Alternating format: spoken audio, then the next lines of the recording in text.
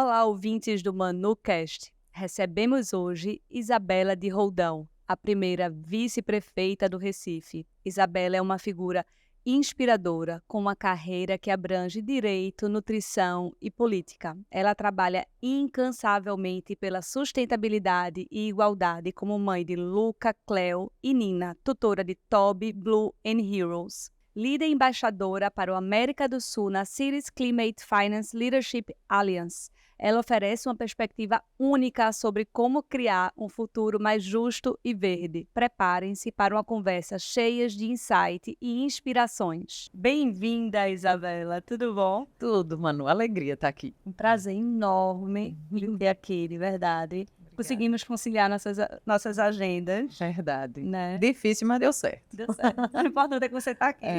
Alegria. Bela, posso lhe chamar de Bela, né? Claro, por favor. Você é a primeira vice-prefeita do Recife, né? Um feito inédito para a nossa cidade. Você já foi também vereadora e participou de outras eleições. Política sempre teve nos seus planos? Nunca. Nunca teve, menina. É porque eu digo que as coisas... De fato, o caminho se faz ao caminhar, né? Às vezes a gente pensa que programa as coisas, mas esqueça. Eu digo, inclusive, meu WhatsApp diz o seguinte: viva as possibilidades. O sim e o não que a gente vai dando na vida vai encaminhando as coisas. E é incrível, porque eu nunca imaginei entrar para a política, né? Eu sou filha de político, meu pai é político, né? Foi político há muitos anos. Então eu nasci nesse ambiente. E aí minha casa é uma casa que só tem mulheres. Sou eu e mais duas irmãs. Então, naturalmente, ainda hoje é normal que os filhos homens, os filhos de políticos, os filhos homens de políticos, entrem para a vida pública. Mas para nós, mulheres, não é normal, minha gente. Então, eu só me despertei para a política com mais de 30 anos. Acho que eu tinha mais de 35 anos, quando ali eu disse meu primeiro sim para a política. Eu sempre gostei de política, mas nunca imaginei que um dia eu entraria para disputar uma eleição. Então, isso não foi planejado. Não foi planejado. Não mesmo. Me fala os maiores desafios e aprendizados da mulher na política. Eita, desafio é cotidiano, né? É muito, porque você imagina, para a gente entender assim uma coisa bem básica, né? Todo mundo sabe que a política é majoritariamente masculina, né? A gente sabe que a participação feminina na política é ínfima mesmo, é menos de 20%. Você imagine que durante décadas e décadas a política comandada pelos homens, criada com regulamentações masculinas, é um ambiente extremamente hostil para nós mulheres. Então, desde horário que se trabalha, a viagens ininterruptas, a compromissos, muitas vezes, fora do horário conveniente. Então, como é que você concilia tudo isso com casamento, com filho, com filha? Essa era uma das minhas perguntas. Pois né? é. Como é que faz? Como é que você faz? Aí, veja, aí é onde você vai literalmente aprendendo com a dor. Né? Minha primeira eleição eu disputei em 2012, eu tinha Luca e Cleo ali ainda muito pequenos, né? Luca tinha 7 anos de idade, Cleo tinha 5 para 6 anos, Luca 7 para 8 anos de idade. E eu digo a você, eu tive um apagão nesse período da vida dos meus filhos. Porque eu passei 4 anos como vereadora num trabalho ininterrupto de domingo a domingo e eu não vivi a maternidade nesse período de vida. O que é muito prejudicial para mim, enquanto mãe, e sei que para eles também. Então, veja, e por que essa dimensão toda, né? Porque a gente não está na política. Quando a gente vai entrando para a política, a gente vai se dando conta de que, olha, esse regramento não funciona. A gente precisa mexer nisso. Então, uma coisa grave, você tem ideia, Manu? Não há previsão legal para as mulheres tirarem licença maternidade quando elas estão em cargos eletivos. Uma mulher que tiver bebê hoje, em pleno mandato, cumprimento do mandato, ela não tem direito à licença maternidade. Na verdade, porque mulher não era para estar lá, né? Porque não era para estar lá. E o que é tão ou mais grave? Não é previsto para os homens a licença paternidade. Por quê? Porque o homem não tem que cuidar de ninguém. Em tese, é isso que a política diz. Né? Então, para a mulher, ela não tem direito à licença maternidade e o homem nunca nem se imaginou que ele precisasse um dia estar dentro de uma casa compartilhando afazeres domésticos com uma mulher que acabou de ganhar um bebê. Então, esse é um ambiente político. Aí o desafio é esse, né? Você se inserir nesse ambiente com todas as nossas necessidades, que são muito pessoais nossas, né? De desejos, de necessidade de descanso, uma menstruação com cólica. Você está menstruando, está com cólica. Como é que você vai trabalhar? E aí você tem um inúmero coisas para fazer, para dar conta, nessa agenda ininterrupta, que não lhe deixa descansar.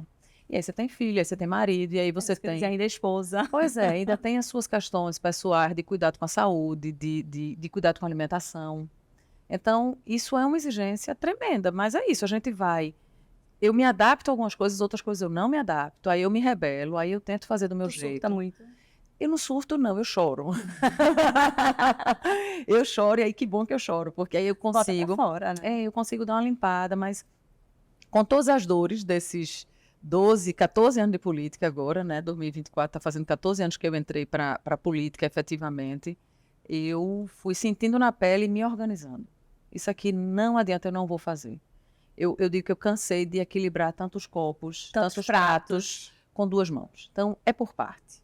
Mas aí a gente, na verdade, nunca está 100%. Eu acredito muito nisso, assim. Quando eu estou muito presente no meu trabalho, eu estou um pouco em falta em casa, né? Quando eu estou muito presente com meu marido, talvez eu não estou dando tanta atenção para os meninos, né? Assim, eu acho que é difícil, né? A gente conseguir conciliar e se dedicar 100% a tudo. Eu acho que a gente termina... Isso. E a gente tem essa necessidade, eu acho que é muito do feminino, né? Desse desejo primeiro de dar conta, de atender, de não deixar lacunas, né? Somos nós, mulheres, que sentimos que surtamos.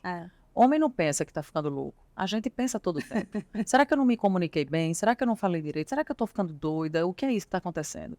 Isso não passa no universo masculino, mas para a gente passa quase que cotidianamente, né? Por conta das exigências de tantos afazeres que eu preciso dar conta e ser perfeita em tudo, né? É verdade. E tu se culpa pelas ausências? Me culpo. É um dos motivos dos meus choros, né? Das minhas tristezas, assim, diante da vida corrida demais e ausência e momentos de perdi isso. Não pude estar nisso.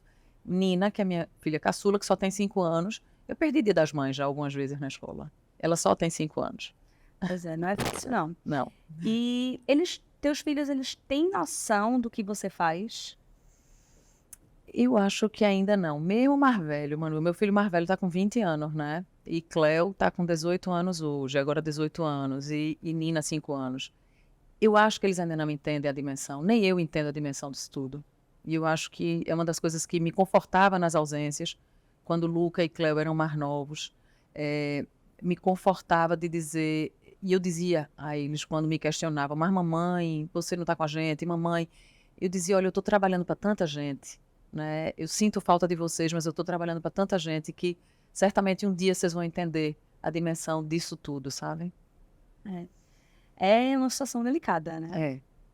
E, Bela, além da política, né, você é formada em Direito, né, e Nutrição. Isso, a minha paixão. Por isso que a gente até se conhece, né? Isso. Acho que isso da nutrição nos aproximou, né? Isso. E como essas áreas influenciaram na sua carreira política? Minha primeira profissão, eu fiz magistério. No ensino médio, eu não fiz ensino médio tradicional. Eu optei por fazer um curso profissionalizante, né? Eu fiz, então, magistério ali.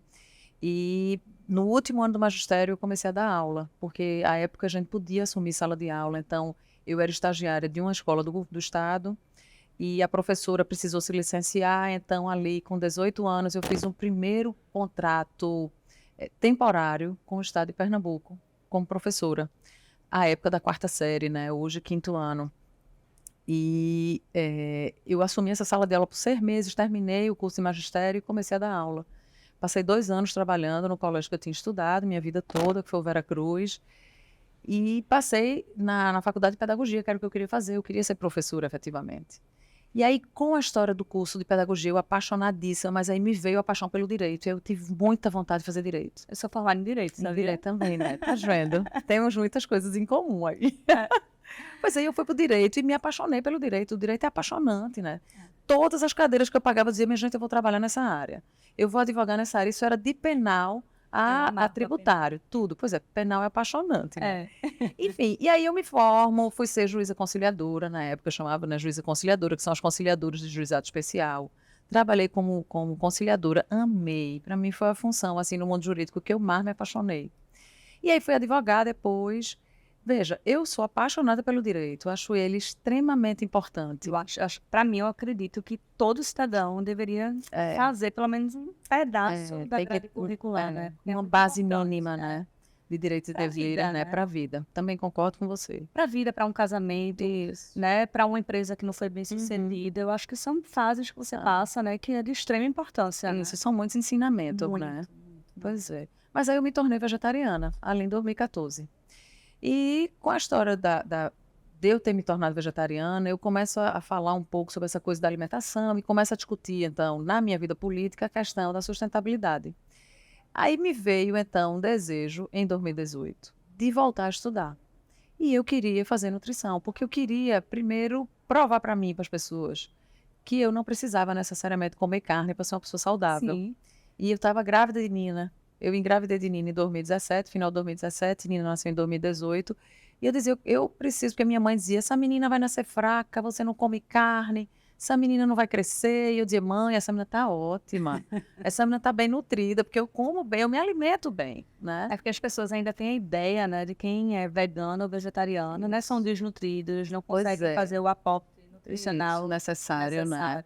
Bem, a partir disso eu decidi fazer nutrição e muito para me ajudar na base desse vegetarianismo, né? Para eu entender e ajudar as pessoas a entenderem que nutricionalmente eu estou bem, Não, isso é ótimo. não é? E estou bem. E tem uma outra coisa.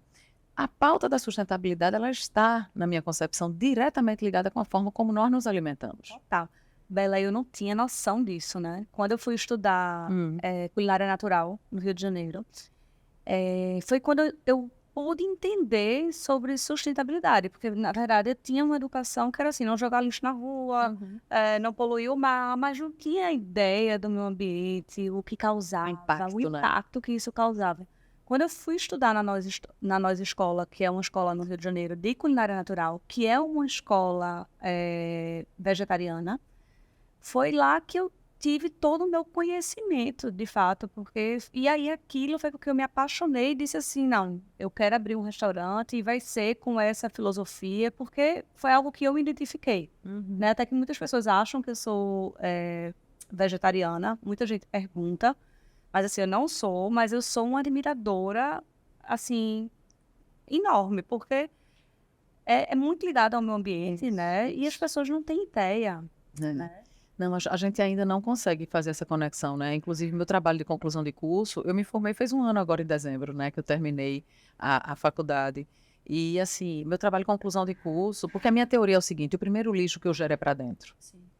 E depois eu gero esse lixo para fora. Então, minha mãe diz assim, tem gente que morre pela boca, feito peixe. Morre de tanto comer. Mas... Veja, as informações estão postas. As escolhas que a gente faz, elas vão impactar diretamente a nossa saúde e a saúde do planeta, né? E a gente precisa pensar nisso. Então, meu trabalho de conclusão de curso foi exatamente essa pauta, né, da sustentabilidade do indivíduo e do planeta, os reflexos que a alimentação traz para a saúde da pessoa humana e para a saúde do planeta. E a gente precisa discutir isso, Sim. né? Porque não é só não jogar lixo na rua, não é só separar o lixo que a gente produz, né? Mas é também as escolhas que eu faço, esse lixo que esse produto já gerou para chegar até a minha mesa. De onde Né? veio, De onde Como é veio? que foi produzido isso, né? De forma respeitosa ou não, né? Então, são muitas questões aí. São muitas questões. Você fez nutrição, né? Depois que você terminou direito, né? Você acabou de me falar. E o que foi que te motivou? O que te motivou foi justamente pelo fato de você ser vegetariana e você querer realmente ter essa ideia e até de mostrar às pessoas, né? Então, foi exatamente por isso que você fez nutrição. Eu fiz por isso, né? A faculdade de Direito eu terminei no ano 2000, faculdade de Nutrição agora em 2022. E, assim, o desejo eu preciso ajudar as pessoas, eu preciso ajudar o planeta, sabe? E eu sou uma pessoa política, né? Eu estou na política, eu faço política, eu gosto de política. E eu acho que eu preciso agregar conhecimento para a política pública, né? Eu preciso ajudar a construção de uma sociedade que promova o autocuidado. Eu tenho discutido muito isso, inclusive, nesse último ano, foi uma das pautas que eu mais tratei na prefeitura.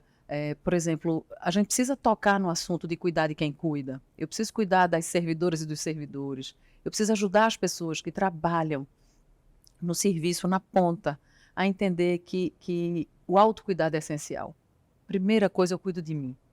Depois eu cuido das outras pessoas, né? Então, eu acho que a nutrição me ajuda a conhecer isso, a ler sobre determinados temas me dá propriedade para falar determinados assuntos e ajudar as pessoas a fazer o enfrentamento a essa grande cultura massiva do consumo desenfreado, especialmente de alimentos ultraprocessados.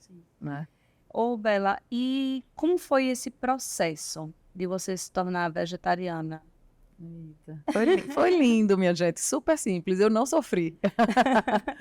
Foi uma coisa, foi muito, eu digo que, é o que eu digo, a gente começou essa conversa falando sobre isso, né? As pautas, as possibilidades que se apresentam. E você vai dizendo sim ou não, né? Algumas pessoas, eu fui educada, Manu, com meu pai dizendo muito assim, meus pais são do interior, né? Então eu fui criada em sítio. Eu só não nasci em São Joaquim do Monte, mas eu vivi toda a minha vida de férias, de finais de semana. Então a gente estava sempre no interior, sempre no sítio. Você tem ideia, até meus 14 anos de idade a gente não tinha energia no sítio. A gente tinha candinheiro. Então era água fria, ia de tardezinha, começando a escurecer, acendia o candinheiro à base do querosene. Né? Quando muito a gente tinha uma lanterna que a gente guardava, meu pai guardava, a gente adorava brincar com lanterna, mas minha mãe estava todo o tempo dizendo, olha, guarda, porque não há necessidade, não há urgência. Porque a urgência é o quê? Uma cobra, a urgência é um bicho dentro de casa, que você precisa cuidar ali para ninguém se machucar. Então, veja, isso me traz uma referência de uma relação com a natureza muito forte. Muito próxima. Muito próxima. Então, de respeito aos animais. Mas eu nunca fui a pessoa atuante da causa animal. Mas a política, nos sims e nos nãos que a gente vai dizendo, ela vai aproximando e afastando você de determinados temas. Eu me lembro que em 2014 eu disputei uma eleição ali para deputada federal e um grupo de pessoas da causa animal me procurou para conversar determinados temas que eles queriam me apresentar para eu trabalhar. Ainda não era... Eu era vereadora já. Não, mas você não era vegetariana. Não, era vegetariana. E ali, então, esse grupo me falou sobre a pauta da segunda sem carne. Que eu nunca tenha nem ouvido falar disso, né? E a segunda sem carne, o que é a segunda sem carne? Eu demorei para saber. Pois é, não sabia o que era a segunda sem carne, então eles começaram a me dizer, olha, é um projeto que existe em vários lugares do mundo, e algumas pessoas importantes encabeçam isso. E me falaram dos impactos do desmatamento e da ocorrência de um dia na semana sem carne, os impactos menos animais serão mortos em decorrência de um dia da semana sem carne, a redução do consumo de água potável, enfim, várias questões. E aí eu digo, olha, eu vou apresentar esse projeto de lei. Só que aí vem a minha autoconsciência. Se eu vou apresentar um projeto de lei de segunda sem carne, como é que eu vou comer carne nas segundas-feiras? Então eu comecei tirando a carne da segunda, porque eu dizia, minha gente, inclusive o pessoal que trabalhava comigo no gabinete, eu dizia, minha gente, não vamos ser hipócrita, né? Como é que eu apresento um segunda sem carne e vou comer carne dia de segunda? Vamos todo mundo aqui começar a segunda-feira não comer a carne? Aí vamos, aí umas pessoas faziam, outras não, mas eu deixei de comer carne na segunda. E aí eu fiz, logo acho que uns 3 meses depois, um curso não era mindfulness, não, era de meditação. E era um curso de 5 dias, o Happiness, no Arte de Viver. E aí, nesses 5 dias de curso, o mestre, então, pedia que a gente ficasse sem carne, sem café, quem bebia, quem fumava, ficasse sem cigarro, sem álcool. E eu passei os 5 dias sem carne e fiquei ótima. De minha gente, eu não preciso de carne, não me faz falta. Na verdade, eu acho que a dependência da carne é mais emocional. Sim, muito. Porque ela realmente existe. Eu passei já 45 dias sem comer. Sem comer. E assim, vi que assim, nos primeiros 2, 3 dias foi mais difícil, mas depois eu disse, minha gente, é muito... Pois é, mas veja, a dificuldade que eu tive ali em 2014, quando eu parei de comer carne, era uma dificuldade muito mais de encontrar lugares para comer. Porque enquanto eu estava na minha casa, eu fazia as coisas. Porque, veja, eu como ovo e como queijo. Então, eu fazia um omelete. Eu adoro legumes. Então, eu fazia uns legumes de forno, eu fazia umas coisas. E eu comia super bem. Agora, por exemplo, em 2014 e 2015, você não tinha restaurante com opção vegetariana. Hoje já tem muito, mas assim, há 5 anos atrás não tinha ainda. Não tinha, veja, eu tinha que chegar e dizer assim, chama o maître, por favor, esse risoto, o senhor pode tirar a carne, faça só de queijo, tem shiitake, não, cogumelo nem pensar, não existia. Não. Então, não, tudo bem, então faz só um risoto de queijo, até eu comia só o risoto de queijo, então só um macarrão com molho de tomate, tira o camarão, eu não como. Então, minha vida era, meu marido tinha tempo de dizer assim, Bela, a gente vai sair para jantar, mas vai ser tão chato, né, porque tu vai ficar perguntando ao garçom para mudar. Digo, fazer o quê? Então não vamos sair para jantar, vamos jantar em casa. Ainda bem que tem Manutenório para salvar a gente tudinho, né, minha gente? Vamos combinar. Ô, Bela, e como você cria os seus filhos? Como são as crianças? As crianças. De casa e o marido? Porque assim, às vezes, até essa semana a gente postou um vídeo com Carol Weisman e ela é vegetariana. E o marido dela é super carnívoro, né? Então, assim, minha curiosidade é como é na sua casa, né? Como é que é a educação Olha, das crianças? assim que eu me tornei vegetariana, eu fazia feira. Eu dizia, olha, eu faço a feira, eu não vou pegar carne e botar no carrinho do supermercado. E eu dizia pro meu marido, se quiser, você compra a carne, que eu não vou comprar. E aí ele não tinha tempo de fazer feira. Então minha casa ficou zerada de carne. Zerada, assim. E comia, todo mundo comia bem, inclusive meu marido. Aí tinha um dia que ele dizia assim, eu quero muito comer uma carne. Aí eu moro ali em Casa Forte, e tem um bar perto da minha casa, né? O Bar Real, que a gente adora, a gente vai andando, não sei o quê. Aí ele dizia, sábado, quem quer ir pro Bar Real? Aí Luca e Cleo, papai, eu quero. Pronto, então vamos pra gente comer uma carninha. Eles iam pro Bar Real e comiam.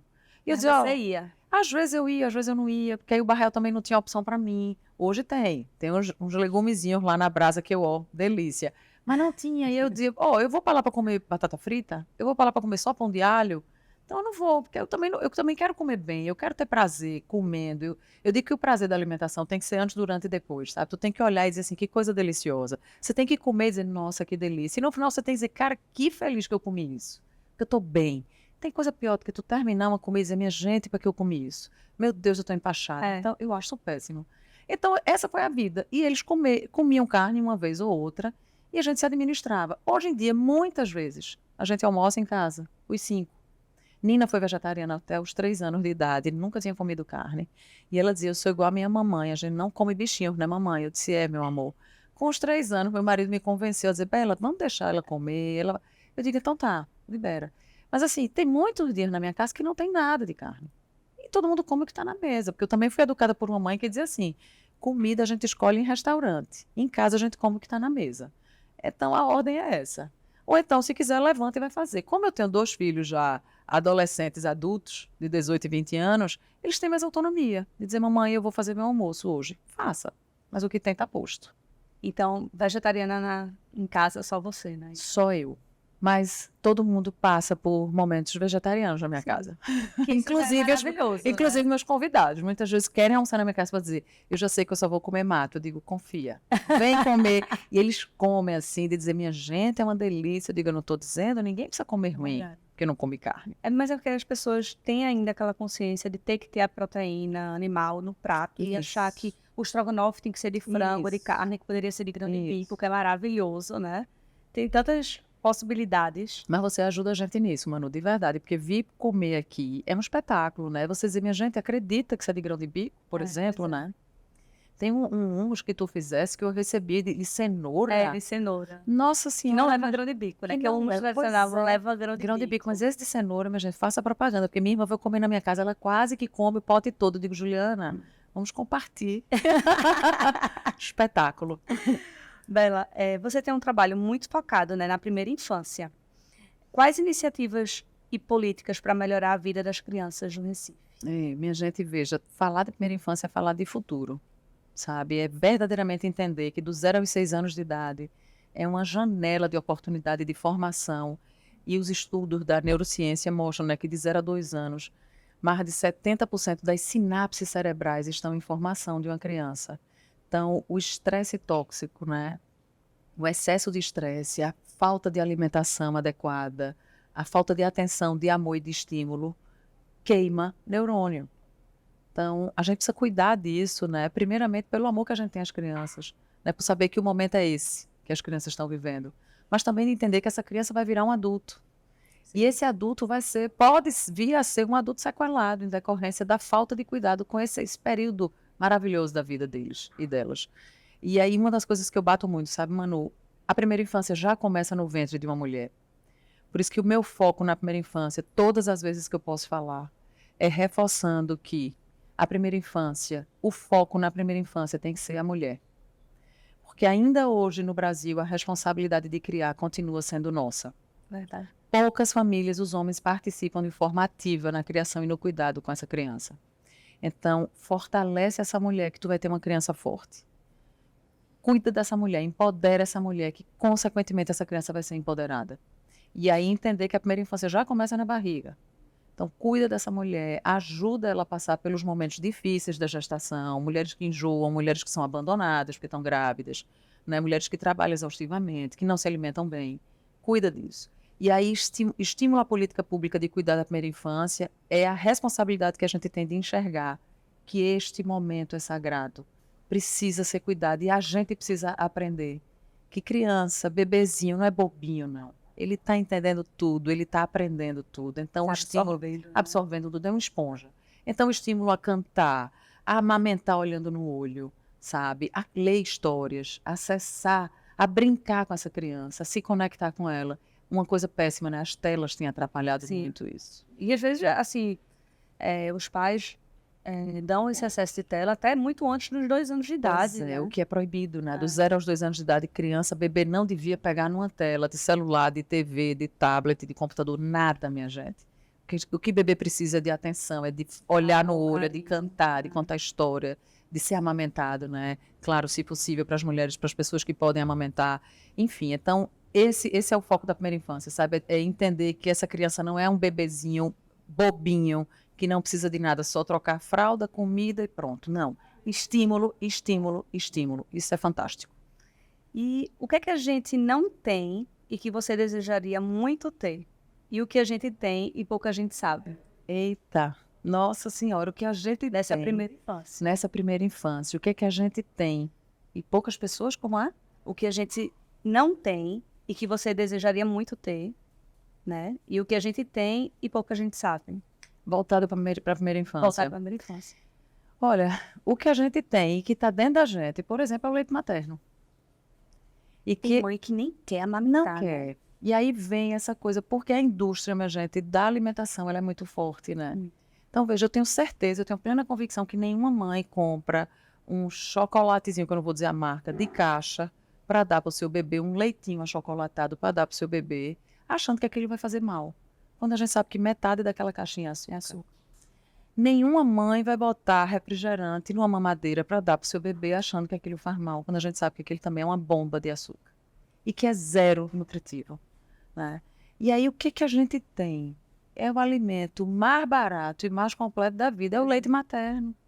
Eu, quando no estágio, né, de nutrição, eu rodei maternidade e eu conversava com as mães ali, eu dizia, você entende o que é não gastar R$1 com leite de caixa, com aquelas fórmulas? Você não gasta R$1, é de graça. Bota no peito, conecta, então vê, ali tu tem uma relação de amor intensa. Ali tu tem a alimentação perfeita. E a conexão dessa mãe com esse bebê. Pois é, o olhar, o cheiro, né? Tudo. Então, assim, veja, isso está na gente. E a gente não se dá conta que porque o corpo da gente produz, a gente desvaloriza, quando é para ser o oposto. Então, essa valorização do aleitamento materno, eu acho que é um grande resgate, sabe? Que a gente precisa fazer com essa pauta voltada para a primeira infância. Da mesma forma que é o resgate do parto normal, humanizado. Sim. O parto vaginal precisa voltar à ordem do dia. Eu escutei uma pessoa dizer assim, se Deus quisesse que os bebês nascessem pela barriga, ele tinha botado um zíper na barriga de uma mulher. A gente sabe que a cesárea existe para salvar vidas, mas ela é a exceção. Sim, não é regra. Porque passou por muito tempo. Passou a ser regra, né? E a gente precisa entender que isso também é possível de acontecer, com mais de 70% das mulheres. E que, na verdade, o que acontece é que mais de 70% das mulheres vão fazer a opção pela cesárea. Então, esse é um resgate importante, porque a forma de nascer, Michel Audin, que é um obstetra francês, ele escreveu um livro chamado A Cientificação do Amor, um livro lindo. E ele diz que a forma de nascer define muito do indivíduo que vai ser no futuro, do que esse indivíduo vai vir a ser no futuro. E isso é pauta de primeira infância também, sabe? Do respeito à mulher. Eu digo que um parto bem assistido, um parto bem vivido, ele cura feridas. E o oposto acontece, a gente pode adoecer com o parto. Sim. Sabe? Então, esse cuidado, esse resgate é essencial para essa vida plena aí, que a gente precisa ter enquanto mulher e enquanto olhar para a primeira infância também. Verdade. Ô, Bela, eu queria falar um pouco sobre igualdade de gênero.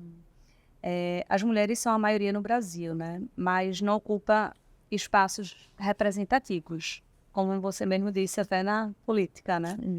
Só basta a gente ver a diferença na política, no judiciário, no legislativo. Quais são as ações e políticas para promover a igualdade de gênero na cidade e no país? Veja, eu consegui agora, no final do ano 2023, construir um congresso internacional onde a gente assume o desafio de tornar Recife uma cidade não sexista até 2037. 2037 é o ano que nós vamos fazer 500 anos. Seremos a primeira capital no Brasil a completar 500 anos. E eu acho que a gente precisa assumir isso, sabe? Assumir a pauta de uma cidade não sexista, assumir uma pauta que não se baseia no gênero, para liberar espaço. Eu falei hoje, inclusive, sobre o Protocolo Violeta, né, que é uma lei que exige que os estabelecimentos privados preparem seus funcionários para observar e intervir em caso de violência contra a mulher, de assédio, de constrangimento. A gente não pode mais continuar sendo constrangida nos espaços que a gente quer ocupar. E isso chega no ambiente da política naturalmente, porque a política é um reflexo da sociedade, né? E a gente sabe, por exemplo, que uma mulher que ocupe um espaço de destaque na ciência, uma mulher que ocupe um espaço de destaque numa grande empresa multinacional, ela precisou de muito esforço, não é só de competência, é um esforço que vai além da sua competência técnica, sabe? Mas é um esforço humano para ocupar o espaço. Porque, Manu, eu costumo dizer que no mundo machista, onde enxerga a gente como ser inferior, o nosso esforço diariamente é sair de um ponto de vista onde as pessoas já nos olham, nos achando incompetente. E a gente, durante o dia, faz muito esforço para mostrar nossa competência. Sim. Enquanto que todos os homens, eles saem de casa com todo mundo olhando para eles e dizendo, é uma pessoa competente. E eu digo brincando, mas é sério. Só com muito esforço o cara consegue mostrar que é incompetente. Mas ele parte da competência. Eu parto da incompetência todos os dias. A gente sabe que uma mulher que está num espaço de comando, a voz dela, determinando determinadas coisas, né, com determinação, com determinadas colocações, é questionada. Quando um homem coloca determinada situação, está dito. Ninguém vai perguntar ou questioná-lo. Porque não se questiona, mas a gente é questionado todo o tempo. E isso é muito exaustivo. Então, agora veja, como construir essa sociedade mais igual? A gente precisa falar e falar. Paulo Freire já dizia, né, que a educação é que vai fazer a mudança da situação, porque sem educação, o sonho do oprimido é ser opressor. Então, se a gente não consegue construir rodas de conversa, falar a respeito das dificuldades que a gente vive, a gente não muda essa página. Você sabe que uma das maiores dificuldades que a gente tem hoje no ambiente das violências que as mulheres vivem é fazer com que essa mulher identifique que está em situação de violência. Sim, até porque muitas vezes elas se habituam, né? Já estão acostumadas que... É assim, quando é que eu sei que eu estou numa situação de violência? Porque, claro, uma tapa que abusiva, uma tapa que eu levo é violência. Mas uma relação abusiva é subjetiva. O que é mesmo isso? Porque eu já vi isso dentro de casa com meu pai e minha mãe, eu já vi na sociedade de uma forma geral. Então, o que é abusivo e o que não é abusivo? E veja, a construção dessa sociedade igualitária precisa passar pelo processo de educação, de conversa, de falas, sabe? Mas é muito difícil, inclusive aqui na nossa região, né? Sim. Porque ainda é muito machista, né? Demais. Então, assim, é uma dificuldade tremenda, eu acho, que nós mulheres enfrentamos diariamente, né? Sim. Porque muitas mulheres são da nossa região, foram criadas e educadas para cuidar da casa, né? Cuidar das crianças, ser independente, não ser independente, né? E assim, Manu, vê, é uma coisa bem básica, né? É uma mulher que ocupa determinados espaços e que tem posicionamentos fortes, ela é taxada como uma mulher chata. E o cara que ocupa um espaço semelhante e tem posicionamento forte, ele é um cara disciplinado, ele é um cara que consegue organizar as coisas, ele é objetivo. A gente é chata. Então, assim, esse olhar, isso precisa ser desconstruído, sabe? E tem uma coisa muito legal para nós mulheres, a gente gosta de construir no coletivo. A gente gosta de uma mesa dessa, sabe? De tomar um chá, comer uma fruta, tomar um suco de uva, conversar e construir no coletivo. E isso é legal. Porque, na verdade, a gente se complementa. Eu não estou aqui discutindo quem é melhor ou quem é pior. Eu só estou dizendo o que eu quero para as minhas filhas, o mesmo direito que meu filho já nasceu tendo, simplesmente por ser homem. As minhas filhas têm que ter muito esforço para ser respeitada nos espaços. Por exemplo, se a gente estiver num ambiente hostil, perigoso, eu não vou ter medo nenhum de alguém levar meu celular. Mas eu vou ter medo de ser estuprada. O nosso medo não é de levar meus objetos. Sim. É da minha integridade física, porque é o meu corpo, é a minha pessoa que está em risco, sabe? Então, veja, isso é um medo que os homens não têm. Homem nenhum vai andar na rua e dizer, ai meu Deus, eu não vou andar por aqui não, porque eu posso ser estuprado. Não existe isso para o mundo masculino. Mas a gente vive isso. Então são questões diariamente, assim, né? vive diariamente, entende? Ô, Bela, e como engajar essa mulherada a ser mais participativa na política? Ai, meu sonho de consumo, meu sonho que as mulheres entendam que a política também é pra gente, sabe? Manu, vê, e o pior é que eu não tenho essa resposta pronta, porque eu demorei 36 anos da minha vida para entrar pra política, né? E ao mesmo tempo, assim, eu sou defensora, verdadeiramente, das vocações. Eu acho que a gente precisa se entender vocacionada, se é que a gente vai conseguir isso a curto prazo, sabe? Porque como determinados espaços para nós é proibido, a gente, por exemplo, eu fui uma criança que vendo meu pai na política, eu nunca imaginei que eu estaria na política, porque eu não via mulheres na política. Então, por que eu vou estar na política?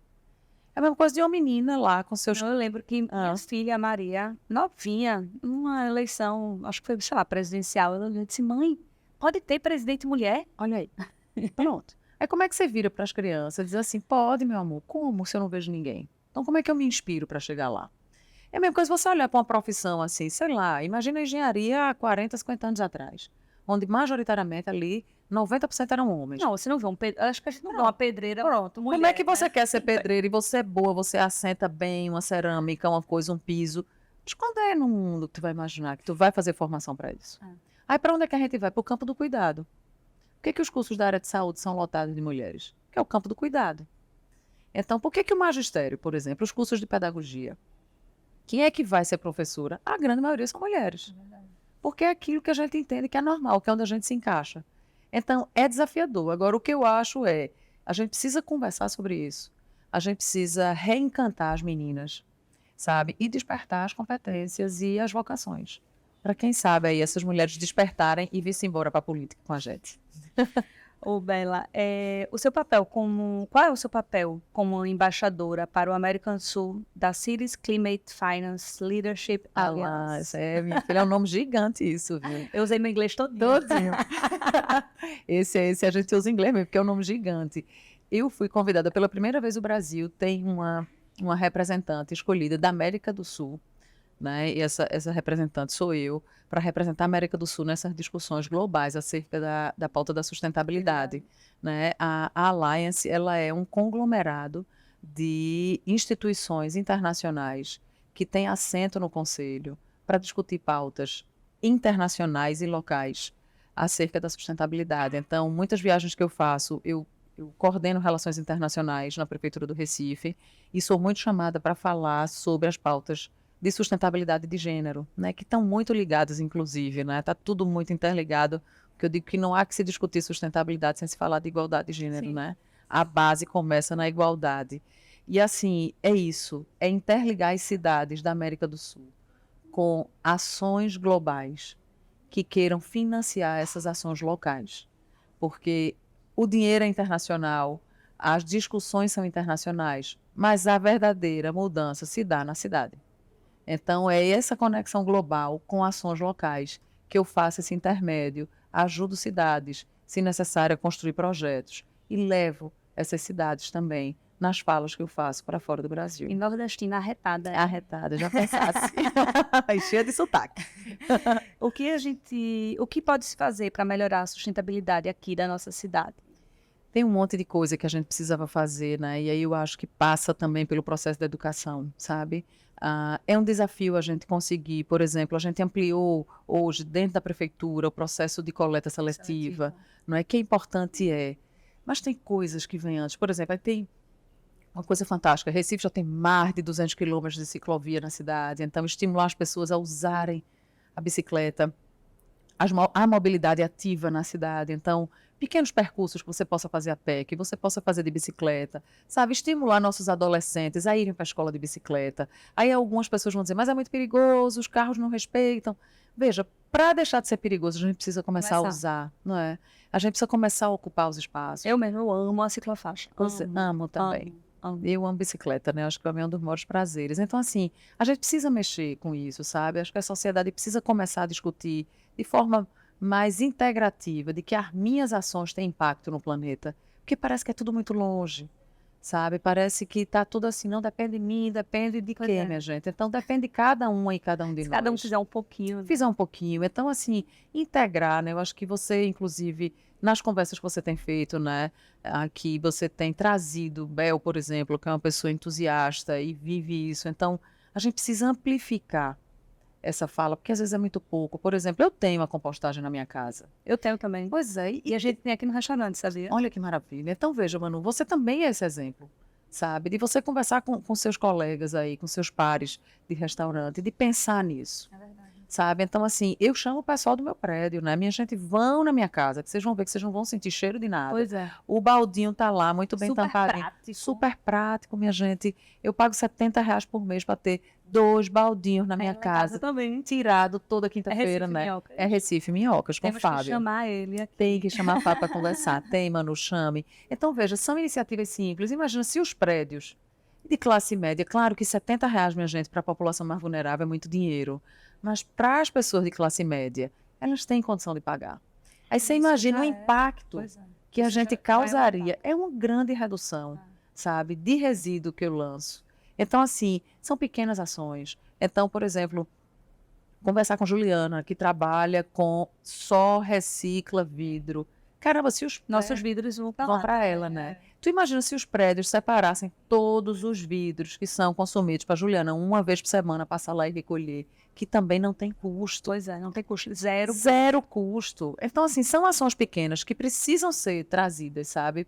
Para evidenciar e entender que a participação das pessoas, claro que o poder público tem sua responsabilidade, mas para a gente envolver uma cidade é além do poder público, sabe? É de fato conscientizar a Sim, população. educação mesmo. É né? educação, de que isso é uma ação que cabe a todas as pessoas que moram na Pois é. cidade. E para você, quais são as piores práticas recifenses em relação ao meio ambiente? Ai, minha gente, para mim, as piores práticas. Quer que eu diga uma coisa que dói no meu coração quando eu vejo uma pessoa parada dentro do carro, com o carro ligado e o ar-condicionado, e a pessoa está ali, ó, sentadíssima, no seu carrinho, com o carro ligado, poluindo o planeta. Eu fico tão arrasada com isso, que eu digo, minha gente, ó, tu pode até ter o dinheiro do mundo para pagar o combustível que está no teu carro, tá de boa. Se tu não tivesse ofendendo toda uma população planetária, Pois é. sabe? Na verdade, as pessoas estão preocupadas, não está preocupado com o outro, né? Ele está preocupado com ele. Pois é. O calor que ele está sentindo. Pois é, então se salva ali o outro que exploda. Então isso é uma coisa que me dói. Quando eu vejo um carro parado, minha gente, eu juro que eu tenho vontade de bater assim. Tu desliga teu carro, por favor. Desculpa, eu tenho maior vontade de fazer isso. Faço não, viu, gente? Porque eu não tô nesse nível ainda não, mas que eu tenho vontade e tenho. Isso é uma coisa que me faz mal.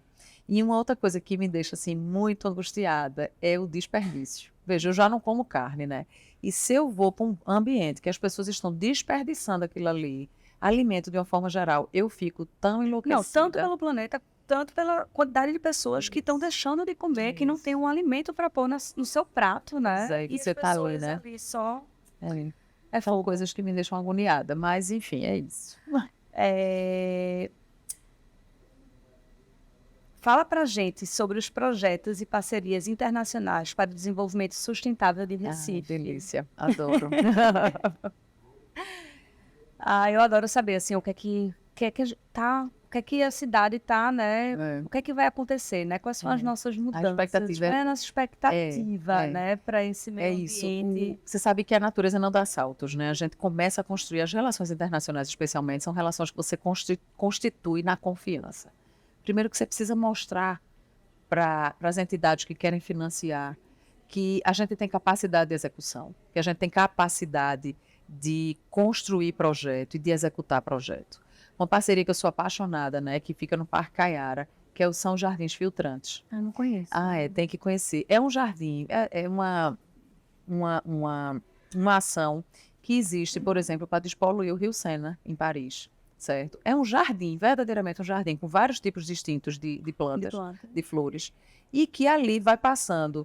Tem o canal do Cavoco, que é um canal que passa por dentro do Jardim Filtrante, lá no Parque Caiara, e cada etapazinha que ele vai passando em filtros, parece são filtros mesmo, é uma parte redonda, assim como se fosse essa mesa redonda, e aqui é um tipo de planta, de vegetação, Sim. passa água por aqui, Essas E plantas aquela que estão vegetação aqui vai filtrar. já vai filtrando, que manda essa água para outro tanque desse, com outro tipo de planta que vai filtrando, que vai filtrando, vai filtrando, e que ao final chega no Rio Capibaribe. Então, essa água que passa, ela chega a quase 100% de despoluição, tá? E ela retorna para o rio. Então, assim, são exemplos de projetos internacionais, de parcerias, que a gente vem constituindo para trazer para a cidade. E a gente, assim, o desejo, claro, a necessidade é gigante, a gente queria impactar e fazer tudo de uma vez. Mas até porque, rapidinho, quando a gente fala do Rio Capibaribe, né? O nosso restaurante da Jaqueira Sim. fica à margem do Rio Capibaribe. Às vezes a gente vê passando colchão, Ai, meu Deus, é de doer, né? sofá. Menina, e é uma coisa que... E assim, eu sei que não é por falta de limpeza na nossa prefeitura, mas assim, é a falta de conscientização. A pessoa que mora ali perto não tem onde botar e diz assim, joga. Joga. Porque, na verdade, é o que eu digo, mexer nessa característica, sabe, das pessoas, de que, olha, eu preciso me livrar do problema, então joga em qualquer lugar e deixa fluir. A gente precisa mexer nisso, sabe? A gente precisa dizer às pessoas que a gente tem responsabilidade sobre nossas ações. Agora, isso é feito a alimentação. Eu tenho certeza que quem joga não tem noção da consequência Não, de não jogar tem, um não colchão tem. dentro de um canal, de um rio. Não faz querendo, não. Não faz querendo. Agora a gente precisa trazer a educação mais próximo para essas pessoas. Do mesmo jeito que as pessoas que moram, que são classe média, acham que não tem problema nenhum misturar todo tipo de resíduo e está tudo certo. Então, assim, a gente Acha que, não, vai o caminhão do lixo vai leva passar e tudo vai, e vai levar leva pra para onde, longe meu de mim. amor? Pois é, e leva para longe de mim, tira da minha vista, tira de mim esse problema e está tudo certo. E o problema se acumula ali para frente. Pois é. Então, assim, o que a gente precisa é mexer nessa forma, sabe? Entender que todos nós fazemos parte do mesmo planeta. O que eu faço aqui vai impactar na China, porque o planeta é único, sabe? E o momento Aí que a as gente... chuvas, É isso. o calor. O calor insuportável, E né? isso está no mundo. Tá no mundo. Não é só aqui. E a gente vai ter que lidar com coisas ainda piores. Pois é. Bela, a gente tem um momento verde. O momento verde aqui no podcast, como você sabe, eu curto essa coisa da sustentabilidade. É algo que eu abraço, que eu levo para mim, para minha vida. Então, o momento verde é o seguinte. É você dar alguma dica de algo que você faz no seu dia a dia, na sua casa, com sua família, para os nossos ouvintes, Ai, para que que eles massa. possam tentar replicar na casa deles ou no dia a dia deles. Então, assim, algo que você faz, que você se orgulha em fazer, ou pode ser algo que você ainda não faz, mas que você tem desejo de fazer, sempre em prol do meio ambiente. Ai, que legal. Vê, minha gente, eu falei já da compostagem, né, que você faz também, da separação do vidro, e aí eu consegui colocar no meu prédio, Ju passa lá para recolher esse vidro todo. Tem uma coisa que eu faço que eu não costumo dizer às pessoas não, porque tem coisa que eu faço, eu tenho vergonha de dizer que eu faço. Mas eu faço mesmo. Mas, ó, faz uma sugestão, faz a segunda sem carne, sabe? Tira um dia na semana carne, isso é um impacto gigantesco para o planeta. Agora eu vou contar o que eu faço. Conta, Bela, que até eu tô curiosa. Olhe, não tem os algodõezinhos que a gente usa para Sim. demaquilar? Sim. Eu pego aquele disquinho de algodão, minha gente. Primeiro eu uso os dois lados. Se é para demaquilar, eu uso os dois lados. Quando eu vou passar meu tônico, eu parto no meio. Ou então eu separo uma banda da outra. E um dia eu uso uma banda, no outro dia eu uso outra banda. Juro que eu faço isso, porque assim, é o que eu digo, não é o fato de eu ter o dinheiro para comprar o algodão.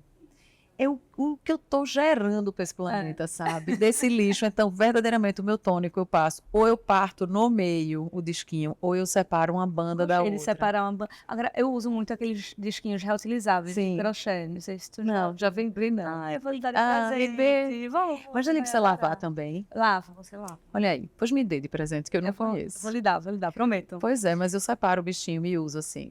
É uma forma de ajudar. Bela, a gente está chegando ao final, né? Mas eu queria saber, assim, antes da gente terminar, qual é o seu objetivo e aspirações futuras, tanto para a cidade quanto para o seu pessoal? Ai, minha gente, que coisa linda, né? Pensar desse futuro. Eu planejo pouco o futuro, viu, Manu? Eu vivo muito presente, assim, e...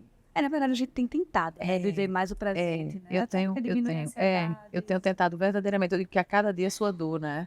Então, não tentem me antecipar a próxima semana, deixa a próxima semana chegar, eu vou vivendo. Eu sou muito instinto, sabe? Então, eu vou muito me conectando com as coisas que vão acontecendo, como eu vou sentindo. Por exemplo, eu não me programo para fazer uma fala. Eu sei o que é que eu vou falar, determinado lugar que eu viajo, que eu vou, eu sei que é determinado tema que eu preciso falar, mas eu fico ali em oração e eu vou vivendo. E, assim, o meu desejo verdadeiramente é que a gente possa, e que se Deus quiser que eu seja esse instrumento, eu serei, estou à disposição. Eu digo que quando eu fiz 45 anos, eu aprendi com a Adriana, que é uma menina que trabalha comigo, ela é servidora da prefeitura, Adriana Luzia, e ela é uma mulher maravilhosa, a gente tem a mesma idade. E eu aprendi com ela ali quando ela fez 45 anos, que ela faz 2 meses antes de mim. Ela fez o aniversário dela e ela disse assim, começou o segundo tempo. Eu disse, Adri, isso é tão mágico, porque eu digo, começou o segundo tempo da nossa vida após os 45, né? Os 45 do primeiro tempo, você começou o segundo tempo da sua vida. E eu digo que o tempo que eu tiver que viver, que seja intenso. Eu cuido da minha saúde para jogar os 2 tempos de forma integral e que se o coach dos coaches quiser, eu estou disponível para jogar na prorrogação também, sabe? Que eu não quero dar causa para ir para esse banco. Eu quero cuidar da minha saúde de forma plena, de forma cuidadosa, sabe? De forma muito generosa comigo, para que eu possa ser essa pessoa que, se Deus assim quiser, que eu seja esse instrumento, sabe? De inspiração, de ajuda, de conexão.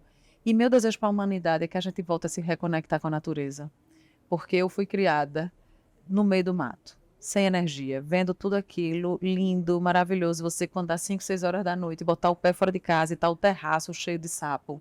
E você fica olhando, bota o candeeiro junto para ver os besouros caindo e o sapo comendo besouro. E aquilo era uma coisa linda. E minha mãe só faz elogio a sapo. Sapo é uma coisa linda. Já viu coisa mais linda do que um sapo? Eu digo, eu achava horrível, né? E hoje eu vejo que é uma coisa linda. Então, assim, que a gente possa se reconectar com a natureza. Sabe? Entender que nós não somos apartados da natureza. A gente precisa dessa reconexão para voltar a parir de forma natural e respeitosa, para voltar a amamentar de forma intensa, integral e reconectada com aquele bebê, para que a gente possa voltar a comer bem, Manu, sabe? Sem as latinhas, sem os ultraprocessados que viciaram o nosso paladar, eu conversei sabe? com uma nutricionista num podcast aqui, tá aqui no YouTube e no... Ai, meu Deus, Spotify, isso. Luciana Nunes, ela falou que a geração de agora é a geração mais obesa da história, da história. Eu fiquei chocada. É chocante mesmo. É um perigo crescente, né? Uma curva ascendente. A gente não tem perspectiva a médio prazo de reduzir o número de sobrepeso e obesidade. E começa nas crianças. Assim, de verdade, eu achava a gente muito melhor do que antes. Porque, assim, antigamente eu comia besteira, o meu pai, lá em casa a gente tinha refrigerante, cheats, etc e tal, por falta de conhecimento. Não sabia que ele fazia mal para a saúde, era pela praticidade. Isso. Mas hoje a gente tem o conhecimento. Mas nem todo mundo acessa o conhecimento. E a gente continua comprando o que está escrito no saquinho, rico em vitaminas e minerais. Então, rico em vitaminas e minerais ferrou tudo. Então, ferrou a caixa de leitinho achocolatado, ferrou o refrigerante, ferrou esses... Os pães. Não, e esse danado desses cheetos da vida aí, desses salgadinhos da vida que você abre, que é desmaiar de mau cheiro, né? Mas é rico em vitamina e mineral. Então, os biscoitos recheados da vida. Veja, uma criança que come biscoito recheado, que prazer ela tem de comer uma banana? Não tem, porque o doce é completamente diferente. E aí viciou nosso paladar de tal forma que é difícil a gente voltar pro cuscuz com ovo, sabe? E que é tão gostoso. Bem, eu amo, né? Mas é isso. Agora tem uma coisa que eu me lembrei. Eu uso escova de dente de bambu. E ao final das escovas de dente, quando eu termino de usá-las, eu levo pro sítio e eu enterro o bambuzinho dentro da terra. E eu deixo lá enterrado, só ficam as cerdinhas fora, o bambu se decompor e voltar ali para a natureza. É o ciclo. Gostei. Bela, queria te agradecer. Ai, que Queria que tu falasse suas redes sociais, para quem quiser te acompanhar, que você é inspiradora, né? Você hoje mesmo, eu vi lá, você hoje cedo correndo lá no Parque da Jaqueira, nem sei quantos quilômetros foi, você estava lá suada. Você se cuida, você se alimenta bem, você está preocupado com a sustentabilidade, com o meio ambiente. Então, você é uma mulher inspiradora, realmente. Obrigada, então, Manu. Fale em suas redes, para que as pessoas, nossos ouvintes, possam lhe seguir, né? Isso. Eu sou, minhas redes sociais, Isabela de Roldão, Isabela com S e 2 L's, né? Isabela de Roldão, e aí eu tenho todas as redes aí, e amo o Spotify também, vice. Eu adoro fazer playlist. Eu já estou seguindo você aí, no seu podcast maravilhoso. Mas é isso, minha gente, feliz, obrigada. Obrigada de verdade. Queria pedir a vocês para que curtam esse episódio, compartilhem, mandem para as amigas, para o marido, para quem gosta de meio ambiente, sustentabilidade. Sigam o nosso Instagram, @SigaManuCast. Se inscrevam aqui no canal. Se inscrevam no nosso Spotify, fiquem atentos a todas as novidades. Também gostaria de agradecer aos nossos parceiros. Nós temos a Florence, Ateliê Botânico, com essas flores lindas, naturais, que ficam nas nossas mesas. Ao Suco Ok, suco 100% fruta, natural, sem conservante. Suco natural de verdade, que eu amo. A Empório Frutaria, que mandam essas frutas selecionadas, que tem as suas seleções de orgânicos maravilhosos. Então, queria agradecer a todos os nossos parceiros, porque sem eles, nada disso seria possível. E, Bela, você tem um presentinho. Então, os nossos convidados ganham essa sacola. É da Love Trash. É Love Trash. Bebel, maravilhosa. Que isso é um tecido reutilizável. É resto de cortina, né? Que elas fazem essa sacolinha. Então, serve para você ir para a praia. Uau. Serve para você ir para a praia. Adorei. Serve para você levar para o seu mercado. Sim. Aqui dentro tem uma manteiguinha ghee maravilhosa. Adoro. Produzida aqui na nossa cidade. Os nossos crostines, não sei se você conhece.